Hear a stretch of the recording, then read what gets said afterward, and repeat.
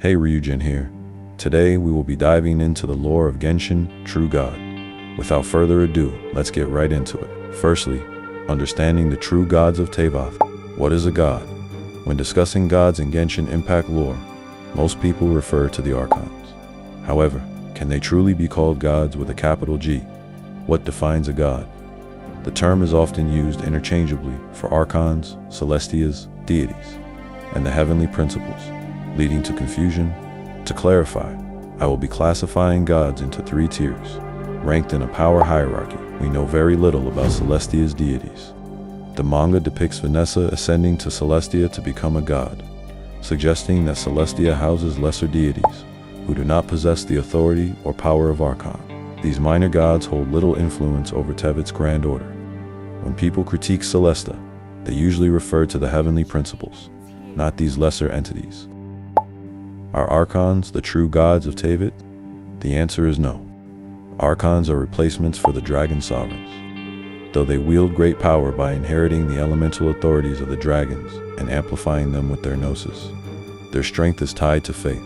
Their power wanes when forgotten. Essentially, they are divine agents maintaining order in times of chaos. They govern Teyvat under Celestia's watch, but do not rule as absolute deities. This is where things get serious. The 4 Shades and the Primordial One are sometimes loosely called gods, but equating them with minor gods or archons is blasphemous. With Genshin Impact's Naptalon ending revealing one of the 4 Shades, Renova, we must reconsider what these beings truly are. Celestia versus the heavenly principles. Many mistakenly equate Celestia with the heavenly principles. In reality, Celestia is merely a worldly realm suspended above the sky. It may serve as the divine authority's seat, but the true gods do not reside there. The Naphthalin ending reinforced this distinction, with Renova's appearance as a Lovecrafting entity, gazing upon Teyvat from beyond reason. Unlike lesser gods who have fixed forms, Renova exists beyond physical constraints, manifesting only when necessary. Higher levels of reality and dimensional power. In Genshin Impact's world building, the concept of higher dimensions is crucial. In Honkai Impact, another Hoyoverse title, the Imaginary Tree contains multiple universes following a 4D space-time structure. This principle applies to Genshin Impact as well. At first glance, the 4-dimensional space-time we inhabit seems flat and empty. Yet in higher dimensional realms, it contains many unimaginably complex structures. Dane's Life describes how the curse upon Conrians operates at a higher level of reality than individuals. This suggests that the 4 Shades and the Primordial One exist on a dimensional plane beyond comprehension. The 4 Shades in the cosmic balance. Each shade represents an aspect of existence. Space, the unknown god, time Istaroth, life the creator of the Hydro Archon, death Renova. Istaroth's title as a higher power emphasizes the true god's superiority over archons and minor deities. These beings do not merely govern Teyvat, they define its very fabric.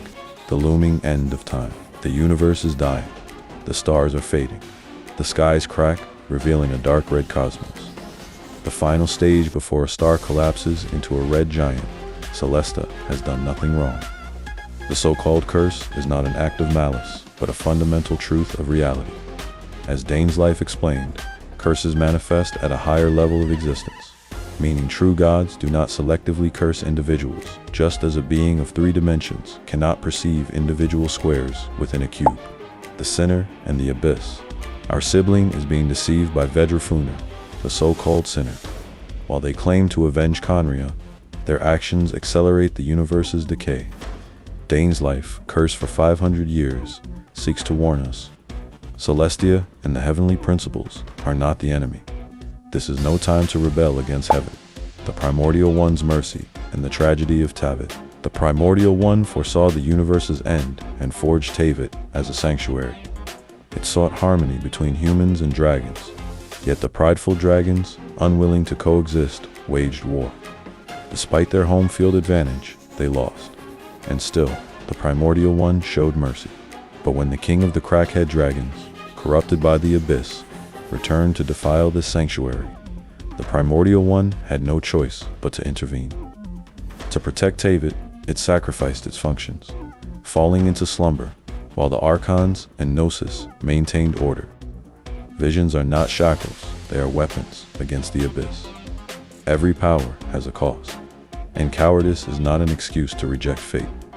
If the Conrians and the dragons had not succumbed to greed, millions would have been spared.